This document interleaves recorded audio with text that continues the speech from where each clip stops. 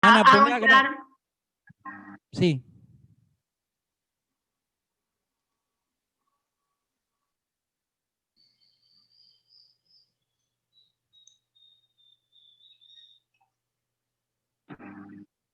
¿Me escuchan bien?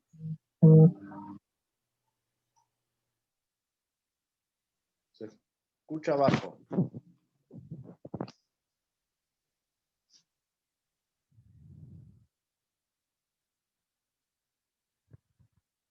Hola, buenas tardes. Bueno, siendo la hora prevista, vamos a dar inicio a la reunión de hoy.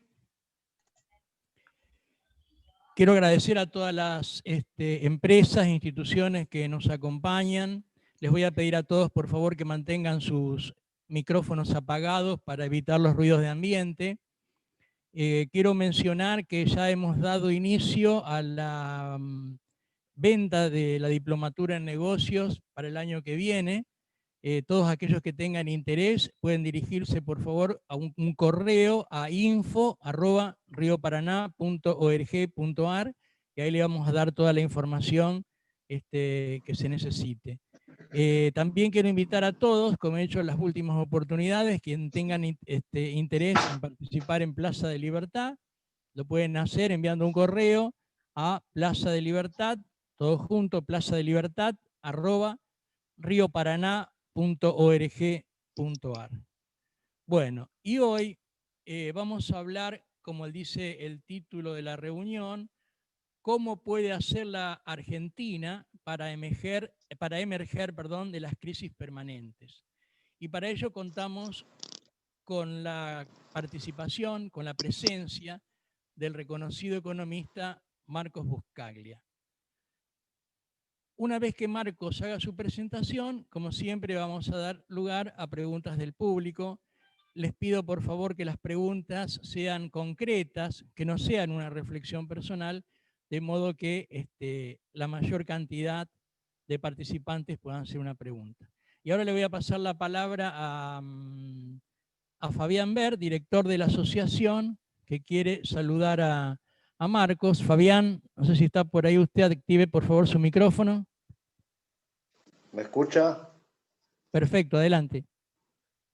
Hola Marcos, un gusto tenerte acá con nosotros, una satisfacción que estés con nosotros y bueno, esperando escuchar a ver qué pasa con la Argentina que no despega. Un gusto y un abrazo enorme. Que tengas un buen año, ya que estamos en próximo a las fiestas. Bueno, y ahora sí, Marcos, si activas tu micrófono, adelante, por favor. Gracias.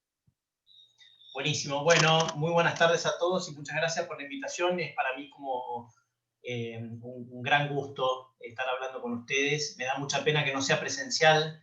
Como le contaba a los organizadores, yo viví 2 años en Santa Fe, 2 años muy, muy felices de mi vida. Fui al Nacional Simón de Iriondo, jugué al tenis en Lawn Tennis, y que tengo muy lindos recuerdos, amigos. Y bueno, espero que la próxima sea ya presencial. Así que lo que voy a hablar hoy es relativamente breve, ¿sí? Y es más que nada enfocado en el mediano plazo, si bien voy a hacer una conexión con la crisis actual, obviamente, pero voy a hablar más que nada de lo que yo creo que son los temas que hay que atacar en la Argentina. Y parte de esto es lo que está expresado en un libro que está publicado a partir de hoy que se llama Emergiendo, que les voy a contar un poquito más al final. Entonces, lo primero que tenemos que ver es, en esta transparencia, es la historia del fracaso reciente argentino. Si miran el gráfico de la izquierda, es el PBI, medido en una moneda, digamos, todo unificado para hacer como una escala 100 en el 70, que es el año que nací yo, de hecho. Miren el desempeño relativo de la Argentina, ni siquiera, digamos, crecimos hasta menos que Estados Unidos, que es un país mucho más rico que nosotros, o sea, es una vergüenza. Miren países como Chile, Colombia, el mismo Brasil, básicamente como tuvieron un desarrollo mucho más sostenido que la Argentina. Si lo ponen en números a la derecha, tasas de crecimiento promedio, por década, muy bajos. La única década más o menos exitosa de la Argentina fue la década del 90, con un 4% de crecimiento promedio. Una volatilidad del PBI muy alta, que es acá a la derecha, el segundo panel de datos. Volatilidad es como medir la variabilidad, o sea, que tenemos mucha variabilidad de nuestro crecimiento, lo cual es muy, muy malo para la pobreza, y una inflación no solamente muy alta, sino, si ustedes observan acá, es en este siglo donde básicamente la Argentina se desengancha de los países de la región. Hasta los 80, los 90, la Argentina tenía inflación alta, pero también tenía inflación alta Brasil, un poco Chile, Colombia, así era un poco la constante. Eran países que tenían inflación alta, problemas de deudas dolarizadas, problemas fiscales, etc. Y ellos lograron domarlo. Observen lo que son las tasas de inflación, digamos, de estos países durante estas décadas, ¿sí? Básicamente, inclusive hoy la inflación en todos estos países es menor. En Chile 3%, 3,7%, y la Argentina aumentó la tasa de inflación. Es decir, lo mismo en el fondo pasa con crecimiento.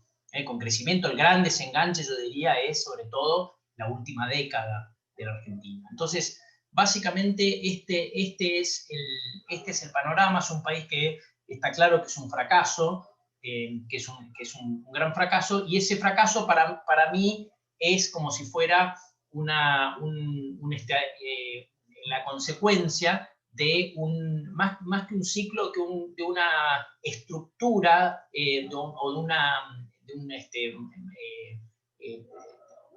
un país que tiene toda una estructura que lleva a tener una estanflación estructural. Y esto básicamente para mí son 4 puntos. 4 puntos. Es una mala estrategia de desarrollo. La Argentina sigue con una estrategia de sustitución de importaciones.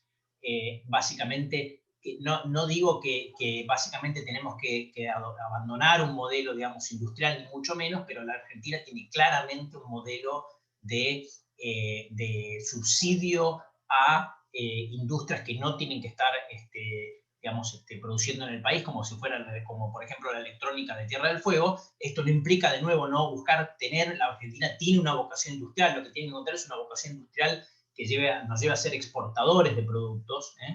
Impuestos elevados, una concentración geográfica muy grande en Buenos Aires, un deterioro de educación, una mala estrategia de desarrollo, una macro inconsistente, con elevados déficits fiscales, con una monetización de estos déficits, con alta inflación. Voy a referir bastante a todo esto, control de capitales, y todo esto que lleva a un mercado financiero muy chico, muy doméstico, muy pequeño. Cuando hay un mercado financiero chico, implica poco crédito para el gobierno, poco crédito para las empresas, con lo cual es menor crecimiento, poco crédito para las familias, con lo cual es muy difícil acceder a la vivienda propia.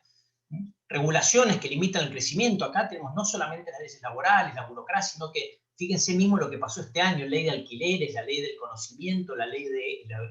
o sea, la cantidad de regulaciones nuevas que han aparecido este año solamente son muy, muy importantes. En el libro describo mucho de esto, las regulaciones de las asociaciones profesionales, restricciones. O sea, básicamente un país donde está todo muy, muy limitado, digamos, todo muy, muy regulado.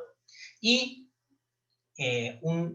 unas malas instituciones políticas. Y me voy a referir bastante a esto, porque yo creo que al final esto es el principal problema de la Argentina. ¿Bien? Porque, digamos, cuando uno mira a otros países, Colombia también tiene una mala estrategia de desarrollo, una macro, bueno, menos inconsistente que la Argentina, pero tampoco es que es una gran maravilla. También tiene muchas regulaciones y, sin embargo, le ha ido mucho menor que nosotros. Lo que caracteriza a la Argentina diferente de todo el resto de los países es que la Argentina está cambiando 180 grados cada 4 años, o cada 8 años, o cada 10 años, pero básicamente tenemos cambios muy violentos de modelo económico cada X cantidad de años, y eso hace muy difícil crecer. Y todo esto ha llevado a un país que está en recesión el 54% de los años de 1980, que tenemos un crecimiento promedio muy bajo, del 2%, muy, muy bajo, una de las inflaciones más elevadas del mundo y una pobreza que excede el 40%. Entonces, claramente, la consecuencia de estos 4 factores que nos llevan a esta inflación estructural, básicamente, son unas consecuencias muy, muy nefastas sobre la economía. Y acá voy a intentar definir el nudo de la cuestión para mí, que es básicamente, yo les voy a resumir primero, dar el título o el resumen, si me prometen no irse, y después voy a explicar a qué es esto. en mi opinión, el nudo del problema en Argentina es la combinación de un sistema electoral malo y un sistema de coparticipación federal malo. La combinación de esos dos factores, le voy a explicar cómo opera y cómo hace que la Argentina tenga políticas no solamente de mala calidad, sino muy volátiles. Lo primero que tenemos que entender, como ustedes saben, es que la mayoría de las provincias, pero sobre todo las provincias más retrasadas institucionalmente, yo diría, ¿sí?, son las que más dependen del dinero del gobierno nacional. Hay una dependencia, los economistas llamamos desbalance fiscal vertical, gastan mucho más de lo que recaudan. Esto tiene, digamos, consecuencias muy, muy nefastas, en mi opinión, porque en muchas provincias el gobernador no tiene una relación programática con sus votantes, es decir, básicamente el gobernador no les cobra impuestos, o sea, lo que hace es básicamente gastar, para lo cual tiene que venir acá a Buenos Aires a buscar plata. Pero es muy difícil gobernar, muy difícil tener buenos gobiernos así, donde la gente no le exige mucho, porque básicamente lo único que exige es que le dé algo a cambio de nada. Entonces esto es muy difícil. Y esta dependencia, lo que es peor, esta dependencia de Buenos Aires es variable en el tiempo, porque acuérdense que de la parte de los recursos que distribuye el gobierno nacional en las provincias, hay unos cuantos que son como automáticos, cada peso del IVA que pagamos está destinado a una tablita, tanto para Santa Fe, tanto para Buenos Aires, tanto para Cava, ahora para Cava no le queda mucho, tanto para el gobierno nacional, está todo muy, muy estipulado. Ahora bien, todo lo que son las retenciones, las transferencias del Banco Central, que ahora les voy a mostrar que son un montón, todo lo que el Banco Central le da al gobierno, el 70% del impuesto al cheque no se participan, es decir, el gobierno nacional tiene un látigo con esto porque son recursos totalmente discrecionales, con las provincias, con los gobernadores muy, muy grandes, ¿sí? Entonces, básicamente, este es uno de los problemas en una relación donde además estas provincias que yo le dije que están institucionalmente más atrasadas son provincias que están en general sobre-representadas en el Congreso. Observen como provincias como Santa Fe, como la Córdoba, como la ciudad, como Buenos Aires, tienen necesitan mucho más habitantes para elegir un diputado que provincias como Tierra del Fuego, por ejemplo, La Rioja. Entonces, las provincias estas, las más atrasadas, las que más dependen de Buenos Aires, son las que más representación tiene el Congreso, y las que más, como dije, tienen una relación no programática con sus votantes, sino clientelar, es decir, gran parte de la población de esas provincias está empleada en el sector público. Entonces, esto se junta. Ahora bien, y son provincias, además, donde uno ve, y básicamente es como si fuera la estancia, digamos, ¿no? Gana siempre el mismo gobernador, la tasa de reelección es altísima, muchas eliminaron toda restricción como por ejemplo Santa Cruz, toda restricción a las reelecciones. Entonces básicamente esos gobernadores que, como les dije, tienen una relación clientelar con sus votantes y una relación de dependencia de dinero con el gobierno nacional, básicamente son los mandamases de la provincia. Esto pasa menos, obviamente, en provincias, fíjense, donde está Santa Fe, Mendoza, Cava, que son institucionalmente más avanzadas que el resto, pero en provincia, piensen ustedes en Formosa, básicamente. Entonces, ahora bien, juntamos las dos cosas, ¿no? La parte electoral y la parte de la coparticipación. ¿Cómo se eligen los diputados en Argentina? Con listas electorales multimiembros cerradas. Vieron, en Santa Fe creo que tienen 12, si no me equivoco, eligen 12 diputados por vez. Al distrito a nivel provincial. Esto es único de la Argentina. No hay países que tengan esto, donde hay una lista cerrada. Si es cerrada es que ustedes no participan en la elección de los diputados. El que tiene la lapicera para las candidaturas es el gobernador, que como les dije es el mandamás de la provincia. Esto lo que hace es que los legisladores en la Argentina responden a los gobernadores. Con excepciones, por supuesto. Es decir, últimamente, obviamente, Cristina Kirchner tomó mucho un rol, y la Cámara un rol muy grande en la determinación de estas listas, pero en general, digamos, los legisladores en la Argentina, a diferencia de otros países, tienen carreras muy cortas, no saben casi nada, porque están hoy en el Congreso, mañana son ministros del gobernador. En otros países los legisladores tienen carreras de años y años y conocen del tema sobre el cual legislan, tienen un cierto nivel. El nivel educativo de los legisladores argentinos es bajísimo, inclusive comparado con Latinoamérica. Pensemos, hay muchos que no tienen ni secundario completo, creo que es el caso de Máximo Kirchner. Entonces, por un lado, está eso. Y por otro lado, como les dije, las empresas, las provincias que tienen un desbalance fiscal vertical, que están sobrerepresentadas las chicas, que las controla el PJ, con una relación no programática sino clientelar, y lo que hace entonces es que básicamente el gobierno nacional negocia votos por dinero. Las negociaciones políticas en la Argentina se dan entre el presidente y los gobernadores, no son en el Congreso. Esto es único en el mundo. Entonces, además, en donde el PJ tiene una ventaja en el Congreso, porque es el que gobierna las provincias chicas sobre representadas, lo que hace que con plata y popularidad los presidentes avanzan con su agenda, les votan cualquier cosa. Cuando digo con plata, usted dice, no, ¿cómo este gobierno no tiene plata? Si tiene un déficit gigante. Sí, tiene un montón de plata, les voy a mostrar, porque gran parte del dinero para financiar ese déficit, gran parte, todo, el déficit de este año prácticamente viene financiado por el Banco Central, que es plata discrecional, no es coparticipada. Entonces, fíjense cómo, por ejemplo, ocurre que la ley esta del impuesto a la riqueza lo votan los legisladores de Córdoba, legisladores, provincia antikirchnerista si las hay, lo votan los legisladores de Cambiemos de Jujuy, donde básicamente, yo me imagino, no, digamos, no hay que ser muy imaginativo, que hubo un intercambio donde básicamente la provincia recibió algún beneficio. Digamos. Y no estoy hablando de corrupción, acá no hablo de corrupción, hablo de transacciones políticas legales, pero que son muy desventajosas para el país. Porque el Congreso en Argentina, en estas circunstancias, no es un control de nada. Los legisladores esos te pueden votar la privatización de YPF o la estatización, sacarle plata a Cava o darle plata a Cava, votan cualquier cosa con tal de que el gobernador reciba plata. Y de nuevo, no estoy hablando de corrupción. Entonces, esto para mí es lo que hace que las políticas sean de muy mala calidad y tan volátiles, porque nadie les va a reclamar a los diputados esos, nadie les va a reclamar, porque esos diputados la gente no sabe ni quiénes son en general. Entonces, este es el centro de la cuestión para mí, que diferencia en gran parte a la Argentina, inclusive del resto de los países de la región, que son mucho más pobres que el resto del mundo. Entonces, fíjense ustedes, por ejemplo, cómo esto nos da políticas volátiles. Esto que está aquí es un índice de libertad económica, que lo compila el Freien Institute, más arriba es más libre, más abajo es más controlado. Entonces, básicamente, lo que les quiero mostrar acá es que la Argentina no solamente es un país con muy poca libertad, como les dije, es un modelo de desarrollo con malas regulaciones y muy protegido, no solamente es un mal índice, sino la volatilidad de este índice. Que cerramos la economía en los 70, la abrió Martínez de Oz, la cierra Alfonsín, la abren Menem, la cierran los Kirchner, la abren Macri, la vuelve a cerrar. O sea, no hay otro país que tenga una volatilidad así. La volatilidad, es muy difícil invertir en un ambiente donde te cambian todas las reglas de juego cada gobierno que cambia.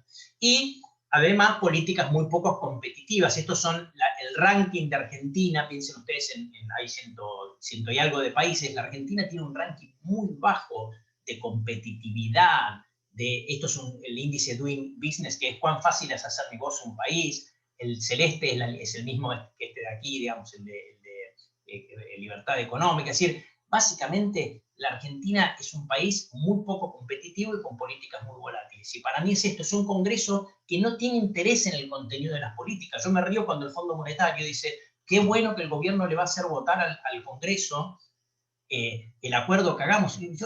Yo se los explico hasta a la misma gente del fondo con la que hablo. Mire, esto no vale nada. Esto no vale nada. Porque básicamente el Congreso le va a votar cualquier cosa. Le va a pedir, los gobernadores les van a pedir una transferencia para pagar los aguinaldos y le van a votar o lo que sea, y le van a votar los diputados de la provincia, le van a votar el acuerdo con el Fondo Monetario, sin importarles casi lo que implique el acuerdo con el Fondo, a menos obviamente que les toque la ley electoral o que les toque los fondos para las provincias. Entonces, como consecuencia de esto, tenemos políticas muy volátiles, políticas de mala calidad, tenemos un Estado de mala calidad. Esto es un índice a la izquierda de la calidad del Estado argentino comparado con otros países de la región. Es viejo ya, pero significativo. Más alto es mejor calidad del Estado, obviamente Brasil, Chile, Colombia son los de mejor calidad del Estado. La Argentina, fíjense, esto lo computó el BID, investigadores del BID, digamos, con distintas medidas como estabilidad, coordinación y coherencia, este es el índice de calidad total, la eficiencia, etc. Bueno, básicamente en Argentina, muy mala calidad del sector público. Francis Fukuyama, que se hizo famoso, si se acuerdan, cuando escribió el libro ese, al caer el muro de Berlín, escribió un libro llamado El fin de la historia, donde básicamente decía, todo el mundo va a ser capitalista ahora, más o menos. O sea, en realidad fue una caricaturización de lo que él decía, es un pensador muy, muy serio. Básicamente él habla de que hay dos dimensiones del Estado que uno tiene que mirar. Una dimensión es el tamaño y otra es la fortaleza del Estado. Y el problema de la Argentina es que cambia el tamaño del Estado. En los 90 teníamos un Estado relativamente pequeño, tampoco voy a decir muy pequeño, pasamos a un Estado de un tamaño del Estado gigante, el sector público se expandió violentamente, se expandió más de 14 puntos del PIB durante el gobierno, sobre todo de Cristina Kirchner, pero nunca mejoramos la fortaleza del Estado. Al revés, tenemos un Estado cada vez más bobo, con más problemas de implementación. Lo vimos en un montón de cosas, de eventos durante la cuarentena, la implementación de la cuarentena. Tuvimos uno de los testeos más bajos del mundo, tuvimos una implementación de la cuarentena mala, de los viajes, lo vimos en el funeral de Maradona, cuando fueron a cobrar los jubilados. O sea, la cuarentena esta, el tema de las clases, el hecho de que los chicos no hayan tenido clases, y tenemos un Estado muy malo. Entonces, más allá de lo que uno piense, digamos, yo lo que digo es que esto es un debate que va más allá del liberalismo o no liberalismo, apertura. O sea, acá hay dos debates. El debate de qué tamaño queremos del Estado, pero hay otro debate muy, muy importante en la Argentina, que lo tenemos que dar y que hay que cambiarlo, y que es la fortaleza del Estado, la capacidad del Estado. En la Argentina no tiene una burocracia profesionalizada. El gobierno que viene, fíjense, este gobierno vino, echó gente a troche moche, la Cámpora metió gente, la mayoría no tiene idea de lo que hace. Es decir, básicamente me parece a mí que, y esto es consecuencia básicamente también, yo creo, de un Congreso que nunca se preocupó por armar una burocracia profesionalizada como tienen otros países, con exámenes de ingreso, con requisitos de capacitación, etcétera, etcétera, y buenas remuneraciones, más chica y mejor remunerada. Entonces, básicamente esto es un Estado que se ve como un botín, no como un instrumento para básicamente satisfacer necesidades que tiene la gente. Entonces, déjenme ahora hacer una conexión de todo esto con la crisis, porque digamos, vivimos de crisis en crisis, y ustedes dirán, bueno, ¿cuál es la relación de todo esto con la crisis? Bueno, el problema de todo esto es que como vivimos de crisis en crisis, ¿no? Lo que hacemos los argentinos es que, como sabemos que cambia el modelo cada tanto y que cada tanto nos ponen control de capitales y que cada tanto nos llevan a tasas reales de interés negativas, fíjense ustedes, esta es una historia de las tasas reales, es decir, si ustedes ponen un depósito a plazo fijo en el banco y le sacan la inflación a lo que obtuvieron mes a mes, le da esto de acá, en promedio, si lo ponían en el junio del 62, se hubieran perdido 0,6 contra la inflación mensual. No les quiero decir eso acumulado lo que es porque se han espantado. Entonces, como cada tanto tenemos confiscaciones de depósitos, corralito, tasas reales negativas, cepo, lo que hacemos los argentinos es que ahorramos afuera. El sistema financiero argentino tiene el equivalente, no sé, a 70.000 millones de dólares acá en Argentina, y es todo lo que hay en los bancos. No existen fondos de pensión como hay en Chile.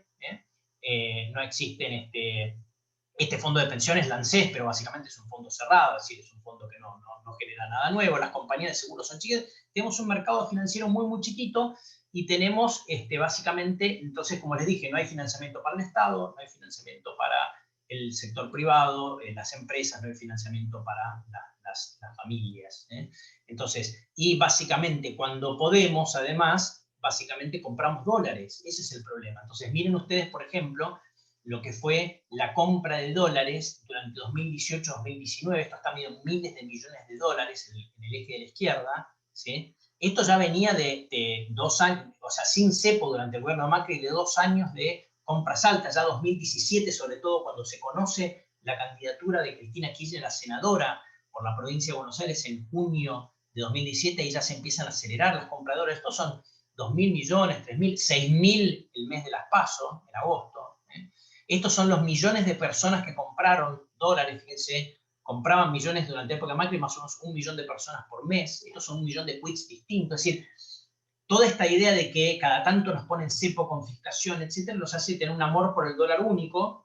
La gente compra todos los dólares que pueda. Cuando limitaron la cantidad, subió la cantidad de gente. Cuando limitaron la cantidad que podemos comprar a 200, esto, fíjense, llegó a un punto máximo de 4 millones de personas comprando un mes.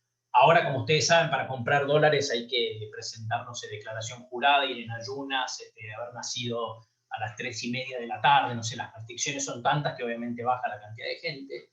pero lo que digo es que tenemos ese amor por el dólar que nos hace tener un sistema financiero muy chiquito y afuera hay 200.000, 300.000 millones de dólares. Entonces, todo esto, fíjense cómo se retroalimenta, ¿no? O sea, se retroalimenta. Tenemos un país que tiene básicamente déficit, entonces, o lo financia con deuda que no compran locales, sino que lo compran extranjeros, ahora voy a hablar de eso, porque los locales no la compran, o la compran argentinos pero offshore, o lo financia emitiendo. Fíjense, a la derecha lo que tiene es la asistencia del Tesoro, esto es la parte pesos nada más, no meto la parte dólares, la asistencia del Banco Central en porcentaje del PBI.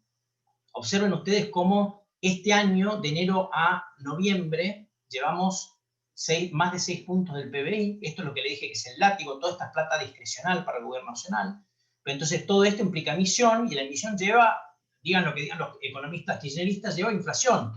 No por nada tiene la Argentina más inflación que el resto de los países. Tenemos una gran emisión monetaria, entonces los pesos alimentan justamente que no los querramos, entonces compramos dólares. Es una rueda que nunca acaba, y nos lleva a tener más alta inflación, y nos lleva a tener defaults, nos lleva a tener reestructuraciones. Somos el país casi con más defaults, llevamos 9 defaults en nuestra historia, de los cuales la gran mayoría fueron desde el año 55 para la fecha. Entonces, básicamente, un país con mucho default, y donde entramos en una nueva reestructuración. Este gobierno, yo le llamo que está en un plan patear, todo es el plan patear. Básicamente, lo que hizo con la reestructuración de la deuda, como ustedes ven en este gráfico, es que tiene los vencimientos de deuda, las barras azules son pre-reestructuración, todo esto es la deuda en dólares, tanto ley doméstica como ley internacional, y lo del Fondo Monetario en 2021 y 2022, perdón, 2022 y 2023 hay pagos muy grandes al fondo, y la línea colorada es post-reestructuración, suponiendo que se llegue a un acuerdo con el Fondo Monetario, lo cual no luce fácil, tampoco imposible, y ustedes ven que esto es un gran plan patear. El gobierno de Alberto Fernández zafa un montón, el siguiente empieza en 2024, tiene un año de alivio, y después ya empieza a pagar lo mismo que antes, y mucho más que los años anteriores, y el siguiente está frito. Acuérdense, nadie se candidatea a presidente, por favor, en el 2027. Es un mal año para candidatearse a presidente. Entonces, lo que quiere decir plan patear, nosotros lo que hicimos es una simulación, suponiendo parámetros bastante optimistas sobre la economía argentina, dado nuestra historia, nos queda una deuda sobre el PBI muy alta. Es decir, lo que quiero decir es que si no desarmamos este círculo que yo les dije de estancamiento estructural, de esta inflación estructural, todo este que dije, mal modelo de desarrollo, malas políticas, mala macro, etc., nos vamos a quedar con una deuda muy elevada, lo cual va a llevar probablemente a un nuevo default. Y de hecho, esto es lo que el mercado está priceando. Generalmente, cuando uno reestructura la deuda y no tiene pagos en los próximos años, los bonos pasan a rendir muy poco en términos de porcentaje, porque es una deuda con muy poca probabilidad de default, pero la Argentina, en cambio, viene hasta el 15%. Perú emitió un bono a 100 años el otro día, 4 y algo. Emite deuda en soles. Perú, un país que no tuvo 3 presidentes en 2 semanas, emite deuda en soles, la moneda doméstica, 4,50% a 10 años. Entonces, lo que quiero decir, acá hay un problema que es que básicamente el plan patear se inscribe dentro de un país que tiene todos estos problemas estructurales, que si no se resuelven, básicamente nos va a quedar una deuda tan alta que va a haber un nuevo default dentro de muy pocos años, y esto es lo que parece al mercado. En un contexto, como les dije, de un Estado con una capacidad muy mala para implementar todo lo que implementa. Entonces, fíjense cómo estos son datos de un montón de países, donde juntamos la expectativa de crecimiento del Fondo Monetario 2020-2021, esto es de los últimos pronósticos del Fondo Monetario de octubre. Acá tiene el crecimiento acumulado, 2020-2021, caída en todos los países 2020, crecimiento en 2021, y acá tienen las muertes per cápita, hasta ahora, esto es una foto hoy, ¿sí? Y Argentina, fíjense, estamos prácticamente casi en el peor punto del mundo, donde probablemente sea Perú, donde va a tener más muertos, pero un crecimiento se espera bastante positivo en el que viene. Es decir, todo esto nos lleva de nuevo a un nuevo fracaso, un nuevo fracaso en la reestructuración, un nuevo fracaso en la implementación de la cuarentena. Es decir, acá hay una estructura una estructura, digamos, económica y política, y instituciones políticas que hay que cambiar. Viene una crisis, será ahora, será post-elección de medio término, pero veo difícil evitar una crisis. Veo un gobierno con muchas inconsistencias para generar inversión, para generar confianza. Podrá ir pateando, como dije, esto es un plan patear, te venden bonos para no devaluar ahora, pero te reestructuran la deuda. Pero básicamente acá están faltando medidas más de fondo.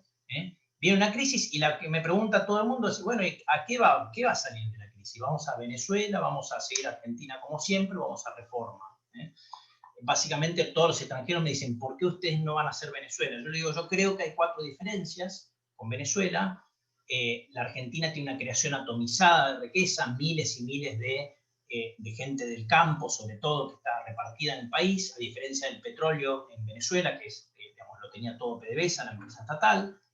Los gobernadores peronistas, yo creo que en momentos de crisis son un factor de estabilización, así como les dije que los gobernadores votan cualquier cosa, le dicen a sus legisladores voten cualquier cosa a cambio de plata en un momento normal. Lo que no toleran los gobernadores es perder el poder. Entonces yo creo que en un momento de crisis van a ser un elemento ordenador, como fueron en 2002.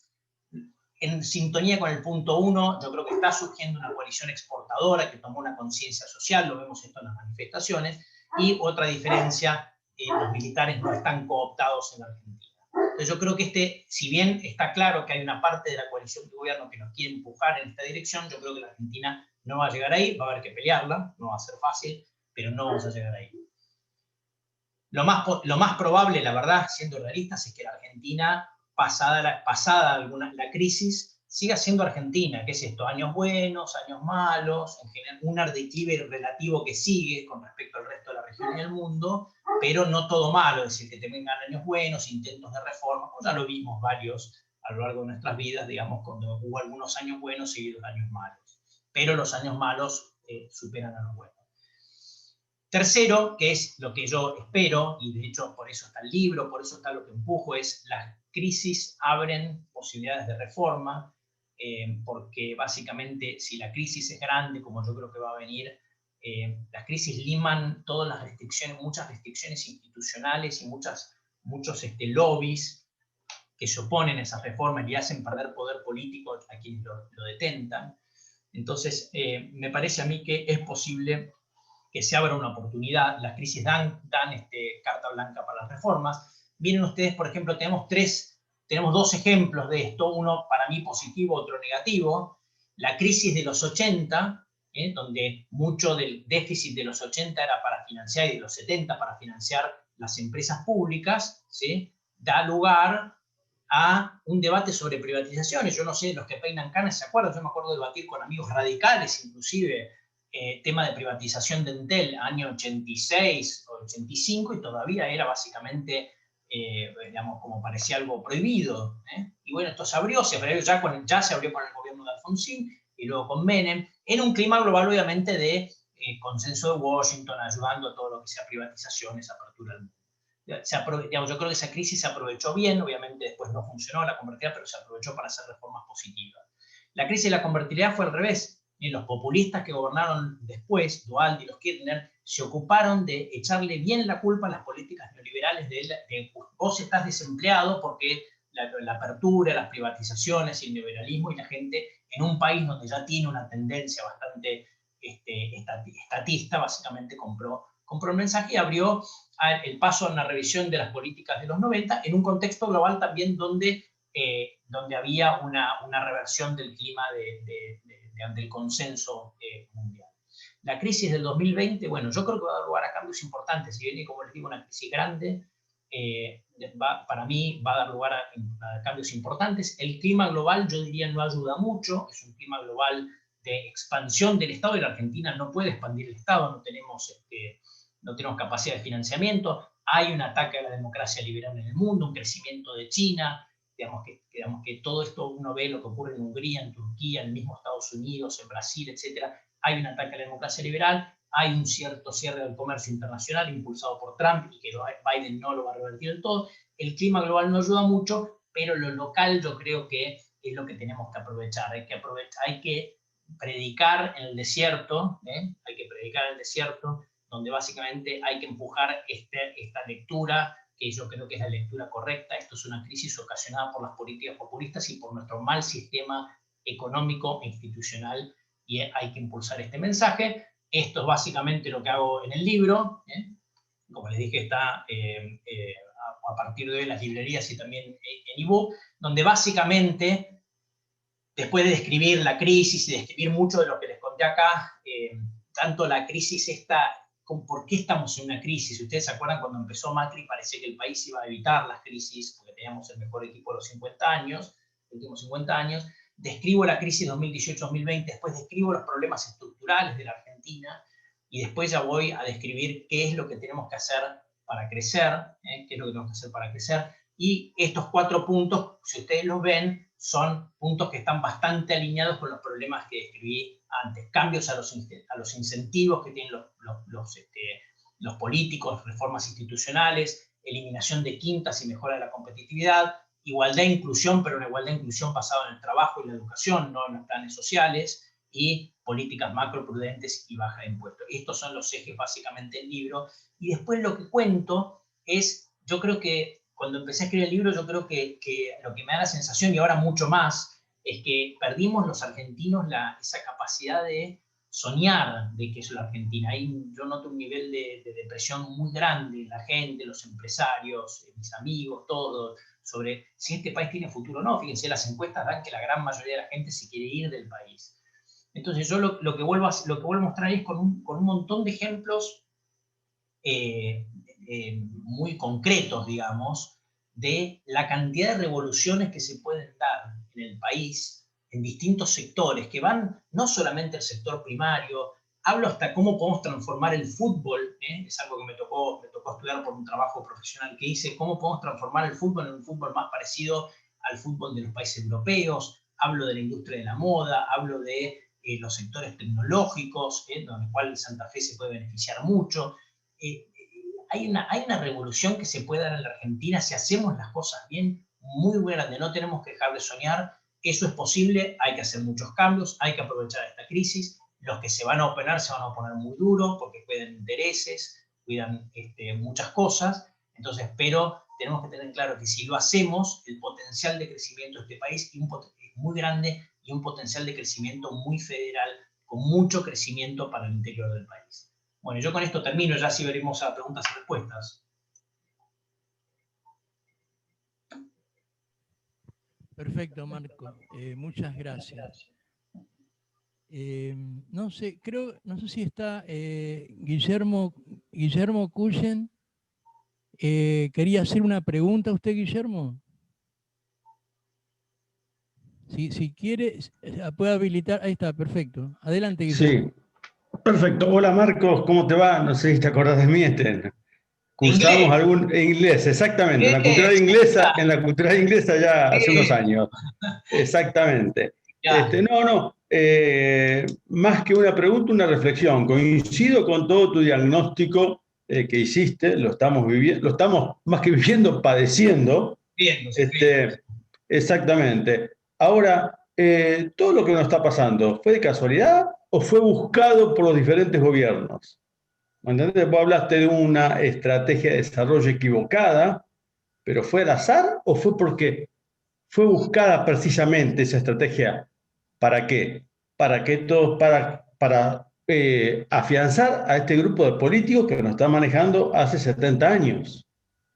Es una muy buena pregunta. O sea, está claro que todo este sistema ha dado lugar a un montón de quintas, y es mucha gente que vive de esas quintas. Y por eso es que yo creo que va a ser, que no es fácil el camino de salida.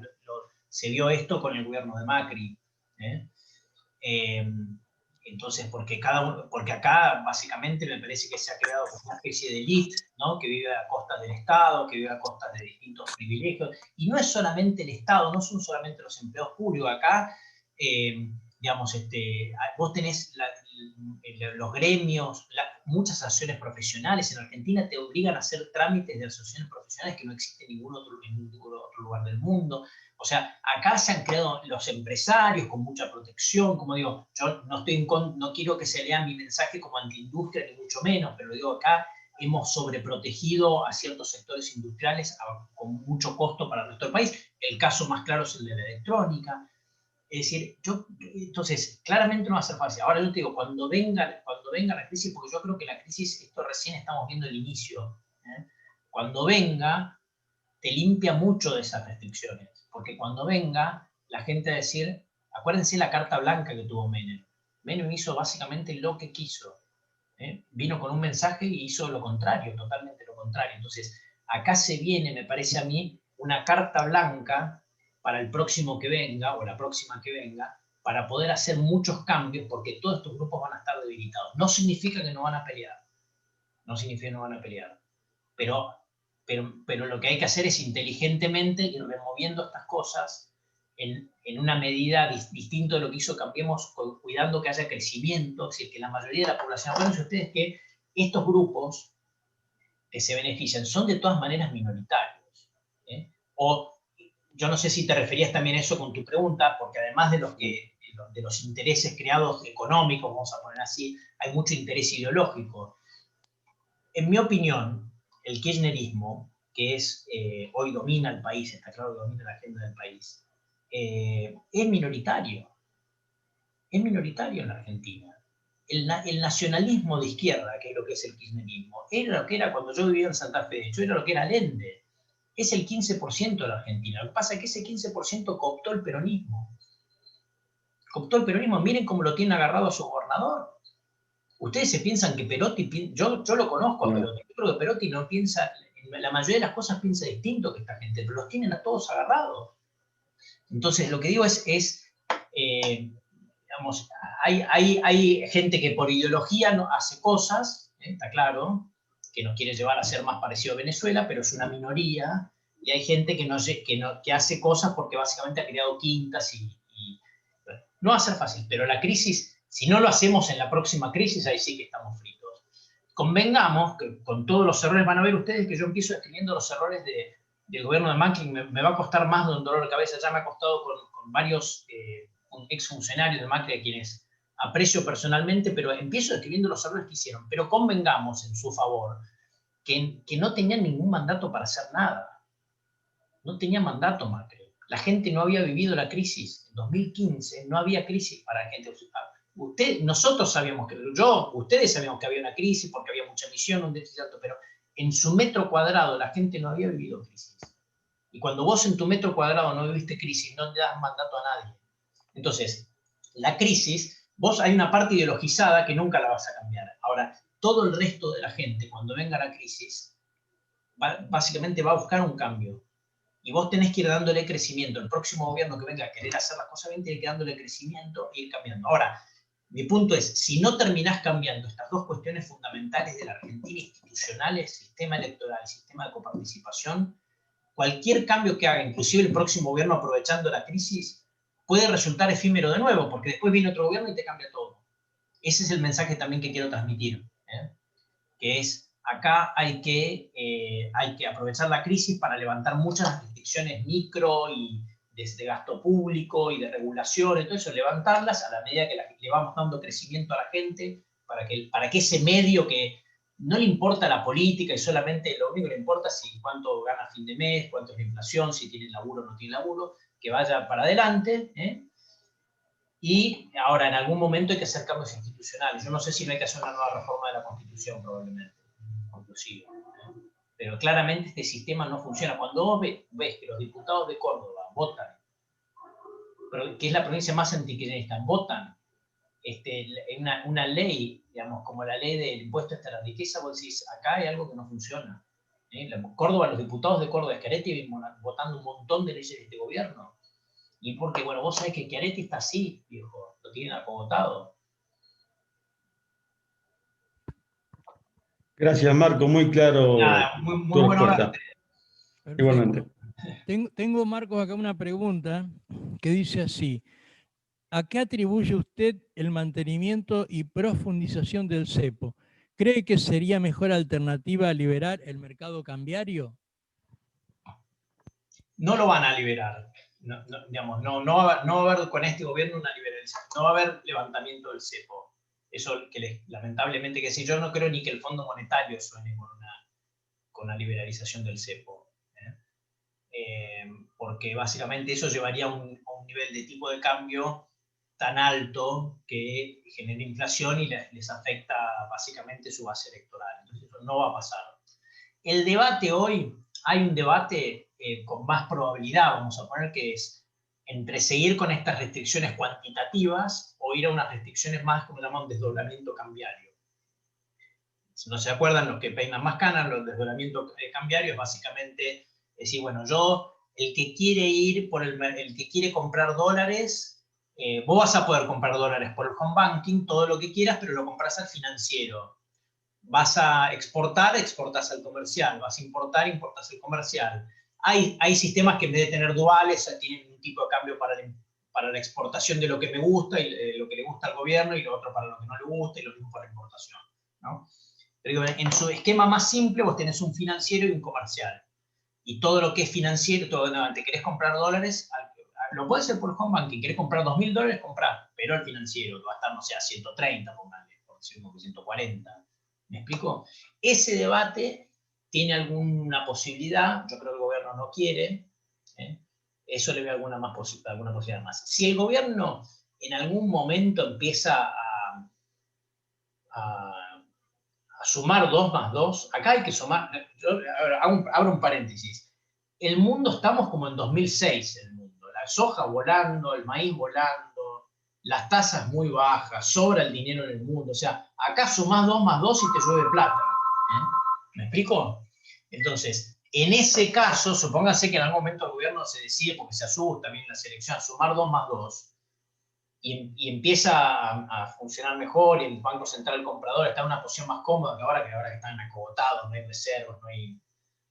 En ese caso, por ahí obviamente lo que no desdoblen, te mantengan este régimen cuantitativo y que te vayan liberando un poquito más la venta, pues sobre todo, no sé, para importaciones, para algunas cosas más, que en vez de pedirte certificado de ayunas y de nacimiento y que hayas nacido un día par para comprar dólares, bueno, te saquen alguna restricción. O sea, te pueden ir levantando algunas restricciones. Yo creo que a eso apunta el Fondo Monetario, que con el tiempo, si bien sigan las restricciones, se vayan levantando y tengan un régimen más razonable que el actual, ¿no?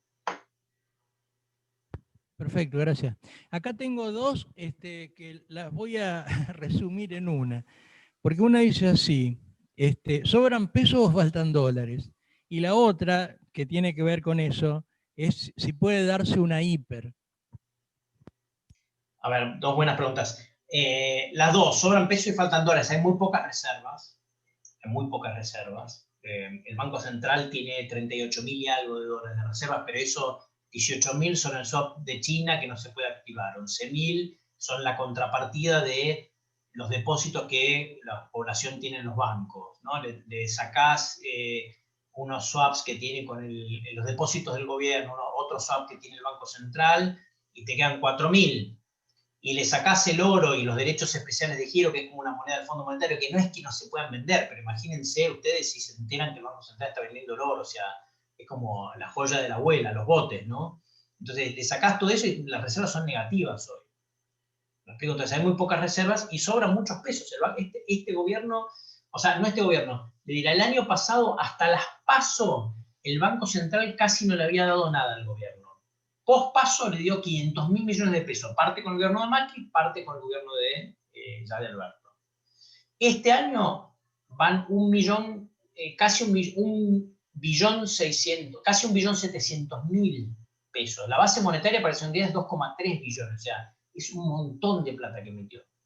Tienen que emitir mínimo 200.000 más ahora en diciembre, para mí, para pagar el aguinaldo y todo eso, y las provincias van a hacer todo. Todas estas leyes no salen gratuitas, le van a pedir todas para pagar, todas las provincias para pagar aguinaldo en las provincias. Entonces el Banco Central tiene que emitir, probablemente este año termine en 1,9 o 2 billones de pesos. Y el año que viene el ministro quiere financiar 1 billón más. Entonces sobran pesos por todos lados. Sobran pesos, faltan dólares, por eso la brecha está como está. Eso es la primera. La segunda, hiperinflación. Es posible, no se va a dar en un solo paso. No es que vamos a ir de acá a una hiper. Para eso hay muchos pasos intermedios y mucha capacidad de reacción intermedia, ¿no? A ver, ¿cómo se daría una hiper? Bueno, supónganse que el gobierno, a pesar de todas estas restricciones, el Banco Central sigue sin comprar dólares, sigue sin devaluar, pero lo hacen sin ningún plan económico y sin acuerdo con el fondo. Entonces, eso lo que va a dar es lugar a más inflación, y el Banco Central, entonces, de nuevo, a los pocos meses va a tener que volver a devaluar, y ahí se empieza la espiral, y eso te podría llevar a una hiperinflación, ¿no? Pero no se va a dar de una. Lo que podemos ver es un salto inflacionario. De hecho, el consenso, este año la inflación va a terminar en 36, 37, pónganle. El año que viene el consenso está en 50 de inflación. Sí, eso para mí es suponiendo que hacen las cosas relativamente bien, porque además acuérdense que el año que viene hay que aumentar tarifas, hay que descongelar algunos precios de alimentos que están congelados por estos precios claros, hay que congelar alquileres, o sea, hay todo un tema ahí, ¿no? Entonces, pero hiperinflación, digamos, sí, se puede, pero no va a ser, para mí no va de un solo paso, va a pasar más tiempo. Nos vamos a dar cuenta antes de llegar, no es que nos vamos a levantar el lunes y vamos a estar en hiperinflación, va a haber tiempo de darse cuenta. Ahora, de nuevo, vino el paréntesis, dice, si llegamos a una hiperinflación, ya estamos en todos los libros de texto, si llegamos a una hiperinflación en este contexto, no nos saca nadie el premio. Es como cuando sos el goleador, ¿no?, de la tabla, no sé, del campeonato español como Messi, y bueno, ya, y le llevas 1000 goles al próximo, o sea, no te lo sacan más el premio, porque el mundo está de fiesta para los emergentes. De nuevo, los commodities están subiendo, las tasas de interés en el mundo están muy bajas, lo cual implica que cuando las tasas están bajas en el mundo desarrollado, el dinero sale a buscar rendimientos más altos a países exóticos como nosotros. El mundo está de fiesta. Llegar a hiperinflación en estas circunstancias, con la reestructuración de deuda sin deber nada, les digo, no nos saca nadie el podio. Lo tenemos ya forever. Bueno, muchas gracias. Tengo una pregunta acá en el chat. Tengo dos manos levantadas y una pregunta en el chat. Voy a hacer la del chat primero. Y dice así, Goyo, ¿cuál sería el inconveniente de dolarizar de economía? A mí no me gusta la dolarización. A mí no me gusta porque sí, te resuelve el problema de corto plazo de la inestabilidad nominal que tenemos, ¿no? Pero el problema de Argentina al final es que tenés mucho gasto público. O sea, resolvé eso. Si no resolvés eso y dolarizás, la dolarización te dura nada. Ya lo vimos con la convertibilidad estaba buenísima, pero con un gasto público creciente, y ni siquiera nacional, lo que creció mucho el gasto público fue la provincia de Buenos Aires en los 90. No va. Si vos no resolvés el problema fundamental, que es cómo arreglar tener un gasto público más bajo, con superávit, o con por lo menos superávit en los años buenos y déficit como los malos, como tiene Chile, y resolver nuestro problema fiscal federal, que es el gran problema desde la organización de este país, que es el problema. Tenés que arreglar ese tema. Sin eso, la dolarización, ¿viste?, es pan para hoy, hambre para mañana. Ecuador no es un lecho de rosas si tiene dolarización, ¿no? Y tuvo default y tuvo un montón de problemas. O sea, no sé, yo no lo veo como el problema. Yo creo que hay que hacer los deberes, hay que arreglar nuestros problemas fiscales, tenemos que generar si lo generó Chile, lo generó Brasil, lo generó Colombia, lo generó Perú, México, pudieron tener bancos centrales independientes, con gente capaz de frente. Si no podemos nosotros, no sé, tiremos la toalla, la verdad. La dolarización no va a solucionar mucho. Perfecto, gracias. Le voy a pasar la palabra al señor Jorge Osona. Señor Jorge, por favor, active su micrófono. Le voy a pedir que sea una pregunta y no una reflexión personal, así le damos tiempo a también la posibilidad a otras personas. Gracias. Sí, muchas gracias. Es una pregunta bien breve. Por el planteo que hace Marcos, es inevitable una crisis. Lo que pasa es que esa crisis se sustanciaría en el curso de los próximos 3 años, en lo que queda de este gobierno. Y este esquema de poder, bueno, es más que evidente, o por lo menos lo que se ve hasta el momento es que es inviable, con lo que, ¿cómo se puede compaginar un manejo más o menos razonable de la crisis, un aprovechamiento de las oportunidades que habrá de generar la crisis, con este esquema de poder, con esta suerte de vicepresidencialismo, qué sé yo cómo llamarlo, porque ya tiene tantas denominaciones que verdaderamente uno no sabe cómo calificarlo. Y que, bueno, ha tenido el paraguas protector paradojal de la pandemia, pero esto se va a acabar. Y entonces, ¿cómo se va a poder, en los 3 años que quedan, ¿verdad?, conjugar gobernabilidad con crisis? Muy difícil, porque bueno, obviamente todos saben que esta es una coalición muy complicada. Los une el espanto, como dice el amor, los une saber que si no van unidos pierden la elección. Pero claramente es una coalición al final con 3 partes: el kirchnerismo, que es la voz mandante, y tiene unos objetivos claros, judiciales y políticos, de expansión de poder. Un peronismo clásico, que yo le llamo a los gobernadores y a los intendentes, que están muy disminuidos por problemas financieros, y el masismo, que está haciendo la suya. Massa tiene una pyme y lo que tiene es que sostiene la pyme con cargos, ¿no? Eso es lo que tiene Massa, jugando la suya. Y un presidente que no tiene agenda,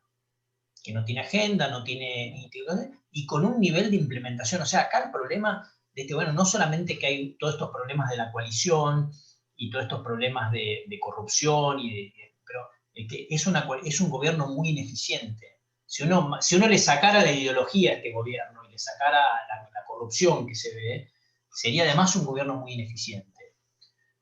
En parte por el diseño, o sea, al final la toma de decisiones económicas tiene los mismos problemas que el de Macri, o sea, no hay un ministro fuerte tomando decisiones económicas, hay un conjunto de ministros, ahora hay un poquito más de conducción de Martín Guzmán, pero o sea, tiene el mismo problema de atomización de la decisión económica, tiene un problema de atomización vertical en los ministerios, como segmentaron los ministerios, es que dijeron, el número 1 de un ministerio le responde a Massa, el número 2 le responde a la Cámpora, el número 3, entonces el número 2 no le responde al número 1, sino a su jefe o a su jefa política. O sea, piensen ustedes armar una empresa así, o sea, funden en 2 minutos. Entonces, bueno, sí, es un problema. Ahora bien, la crisis para mí va a dar un cambio político, porque la gente, por más que la quieran dar vuelta, yo no sé, ahora por ejemplo lo de Maradona, lo dieron vuelta mediáticamente con lo de los rugby, yo qué sé, pero al final del día, la gente, yo siempre pienso que, a ver, miren, les voy a contar una anécdota que es, una vez me contaron que Macri, de esto estoy hablando mucho antes que Macri sea inclusive creo que intendente, le dice a López Murphy, le comenta a López Murphy, dice, vos tenés que entender que en la Argentina el doble de gente lee Clarín que La Nación y el doble de gente lee La Olé que Clarín. ¿Qué quiero decir con esto? Tenemos que acordarnos que los que estamos politizados en la Argentina y en cualquier país del mundo somos un porcentaje muy chico. La mayoría de la gente solamente lo que ve, mira fútbol, telenovela, la parte, qué modelo sale con quién, y la que sabe es cuánto gana, si tiene laburo, cuánto es la inflación, si te roban en la calle o no te roban en la calle. Eso es lo que mira la gente. Entonces, lo que digo es, esa gente, por más que le inventen 200 historias que nosotros consumimos en Twitter y nos violentamos porque decimos, ¿cómo puede ser eso? Esa gente, al final va a castigar al gobierno. Lo va a castigar. Hagan lo que hagan, lo va a castigar. O sea, esto va a dar un cambio político. Se va a tener que reacomodar la coalición y el sistema político. Y yo creo que ese reacomodamiento es que cuando los gobernadores vean que la ola se los puede llevar a esos, van a cambiar.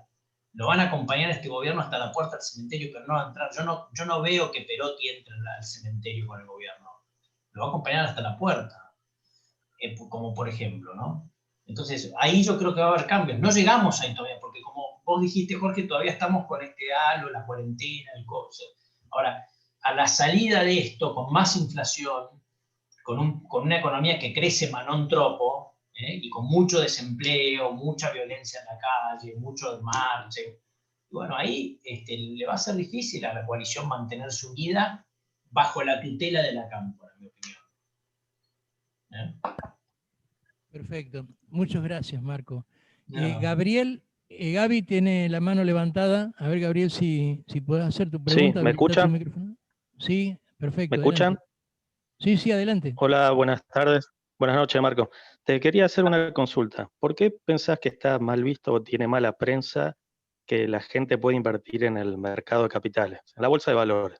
¿Por qué se lo tilda como si todo es una timba financiera y y tiene esa mala prensa, sobre todo dirigentes como Massa o Marco Del Pont? Hay una cuando la Argentina tiene lamentablemente una estructura bastante estatizante y bastante sí, antimercado, en el sentido antiempresario, ¿no? Me acuerdo cuando el Papa fue a Estados Unidos, yo vivía ahí, y me acuerdo de una crónica que decía, él critica mucho el capitalismo porque nunca vivió en un país capitalista, ¿no? Claro, este país nunca fue capitalista, fue, siempre, digamos, en las últimas décadas fue un país con un Estado grande y un pseudo capitalismo, en cierto sentido, ¿no?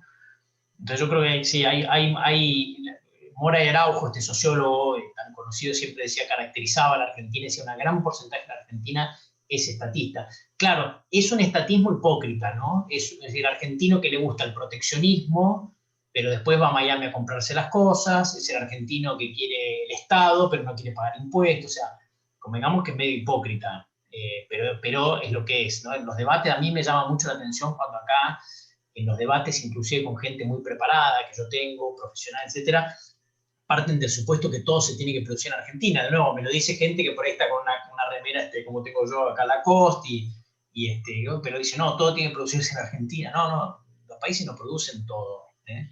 Que no significa ser antiempresa. Yo no soy antiindustrial. Yo creo que la Argentina tiene una vocación industrial. Lo ven ustedes en Santa Fe, miren lo que es Rafaela. O sea, yo creo que este país tiene una vocación industrial. Tenemos ese inmigrante italiano, la pyme productiva. Yo estoy muy a favor de eso. Lo que estoy en contra es de esto de sobreproteger todo y criticar el que invierte en el mercado, y criticar la timba financiera. O sea, esa mentalidad, pero está muy arraigada.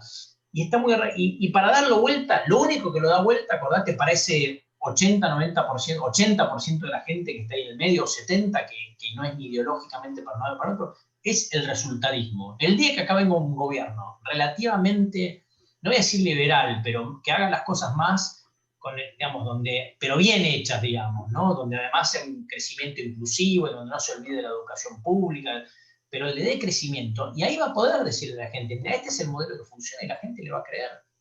Y no está tan mal tener gente que invierte en la bolsa, y no está mal tener gente, empresarios que sean ricos, no está bien, está bueno porque le dan trabajo. Lo vas a convencer ex post. Ex ante, esa batalla cultural para mí se perdió mucho en 2001, como dije antes. En 2001 la convencieron a la gente que ya tenía una sospecha que el liberalismo y el empresariado y la apertura y todo eso fueron lo que hicieron que esa persona esté desempleada. Es una batalla cultural a darla, pero se da con resultado. Esto es como un DT que entra y que no tiene, no tiene toda la tribuna a favor. Vas a tener un porcentaje y bueno, después tenés que darle resultados, hay que ganar partidos. Bueno, Marco, muchísimas gracias. Hemos llegado, creo, al tiempo que habíamos convenido. Voy a invitarte a ver si nos querés dejar una reflexión final. A ver, en el momento digamos, donde veo que estamos todos, digamos, tan, yo diría, pesimistas con el país, con el futuro, no perder de vista las aspiraciones, no perder que podemos ser un gran país, pero también darnos cuenta que si no implementamos cambios de fondo a nuestras instituciones, como el mensaje de Alberdi un poco, ¿no? Alberdi, haciendo un cambio en una constitución que se cumpla y que ordene, con instituciones que ordenen mejor cómo funciona el país, no lo vamos a cambiar. Hoy eso es un mensaje de optimismo, pero al mismo sentido de realismo, que el voluntarismo solo no basta. Hay que ponerle voluntad y cambios institucionales que cambien los incentivos que tienen los políticos. Ese es el mensaje del libro y ese es el mensaje que yo les quiero llevar hoy. Bueno, muchísimas gracias, un gran abrazo. Quedamos para comer el pescado cuando andes por acá. Cuando quiero llevar a mi familia que no conocen Santa Fe, Así que cuando abran, yo espero que marzo los voy a llevar a que vean dónde vivía, mi colegio, la ciudad, y ahí espero que me invites allá a Chiquito por lo menos. Perfecto, eso dalo por hecho. Así que Buenísimo. muchísimas gracias, un aplauso para Marcos y muchas gracias a todos por acompañarnos. Chao, chao. Hasta luego. Chao.